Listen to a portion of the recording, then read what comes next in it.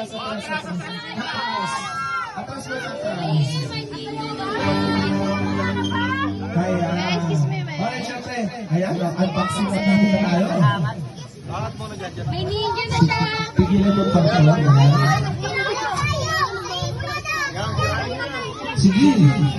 Ayan na. Ayun. Ayan na, bumukan na. Ayan na.